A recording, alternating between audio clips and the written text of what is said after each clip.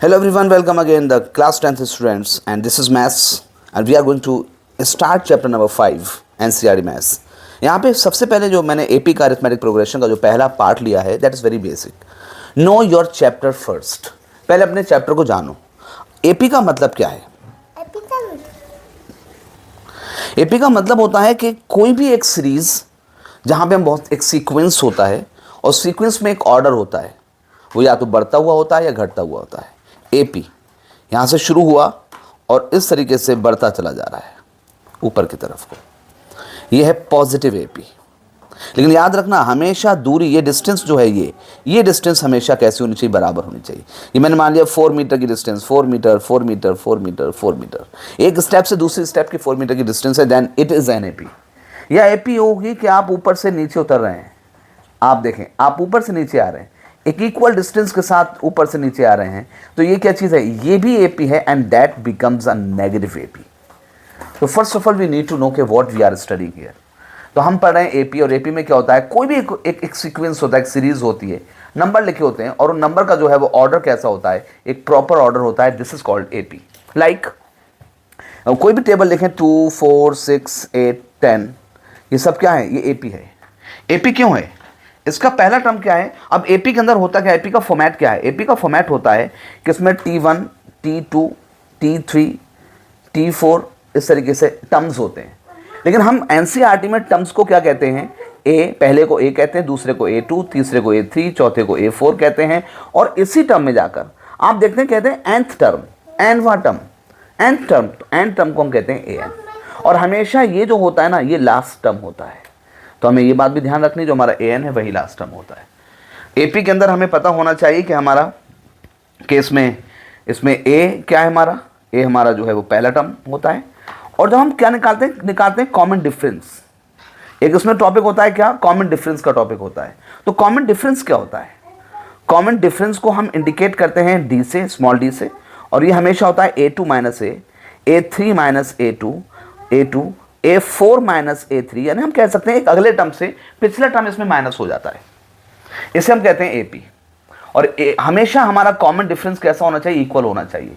And that's very compulsory कि common difference कैसा होना चाहिए? इक्वल होना चाहिए. अगर वो कॉमन डिफरेंस इक्वल होगा तभी हम उसको एपी कहेंगे. क्वेश्चन ये नहीं है कि एपी है क्या, एवरीबडी नोज जो आया है. और ये सबसे आसान जो पार्ट है एनसीईआरटी 10th का सबसे आसान टॉपिक है वो है एपी.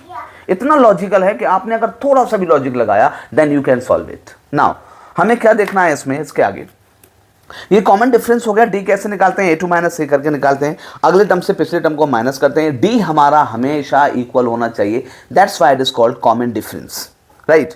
अब हम आते हैं कि इसमें देखो क्वेश्चन में वो पूछ क्या सकता है. सबसे पहले यहां पर देखें एपी दे रखा है ये कि 2 4 6 8 dot dot dot and so on, और उसमें टर्म दिया हुआ है कहां तक? 1008 तक. और कहता है बताइए वो उसमें क्या पूछ सकता है? इसमें पूछ सकता है हाउ मेनी टर्म्स. क्या पूछ सकता है इसमें?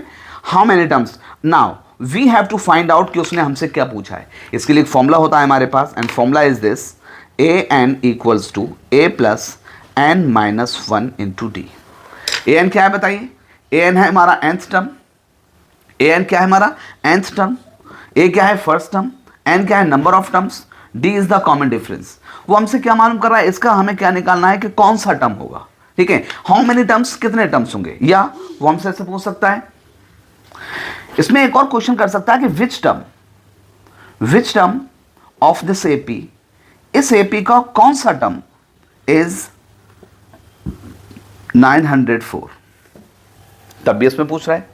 और दोनों सिचुएशन में हमें क्या निकालना है कि n क्या होगा. इस सिचुएशन में हम n कैसे निकालेंगे बताइए. सबसे पहले an पूछ रहा है. an हमारा यहाँ पे दे रखा है. an कितना है? इसमें गिवन क्या है बेटा? an इक्वल्स टू है 1008. अच्छा, a कितना है हमारा? a है हमारा 2. d कितना है बेटा? 2 से 4, 4 से 6, 6 से 8. ऑब्वियसली हमें डिफरेंस सब्ट्रैक्ट करने की जरूरत भी नहीं, हम जानते हैं. d हमारा कितना हो गया? 2 हो गया. हमसे पूछ क्या रहा है? वो n पूछ रहा है. n क्या होगा और हम n कैसे निकालेंगे? इस फॉर्मूले में पुट करेंगे, n निकालेंगे.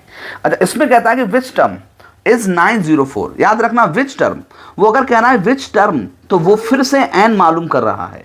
और ये 904 क्या है, फिर से ए एन है। और फिर से हम क्या करेंगे, फिर से वही फॉर्मूला लगाएंगे, A N equals to A plus N minus 1 into D. You don't have to get confused कि आपसे पूछा क्या गया है, एंड यू शुड नो कि पूछा क्या है, and you have to answer according to that question. And here is a question, यहाँ पे कह रहा है विच टर्म, इसका मतलब एन पूछ रहा है, how many terms are in the AP, इसमें भी वो एन पूछ रहा है। तो याद रखना कि जो लास्ट में दिया होता है वो हमारा ए एन होता है, या कहता है विच टर्म इज दिस, तो ये जो है ये भी क्या होगा, हमारा ए एन होगा। और ए एन का फॉर्मूला हम कैसे लगाते हैं, A N equals to A plus N minus 1 into D. And this is the beginning. अभी हम इसमें बहुत सारे डालने वाले हैं, इसमें ऑलमोस्ट 10 वीडियोस हम बनाएंगे। 10 वीडियोस में हम वो क्वेश्चन क्लिक कर लेंगे जो क्वेश्चन बोर्ड एग्जाम्स में पूछे जाते हैं। Thank you everyone.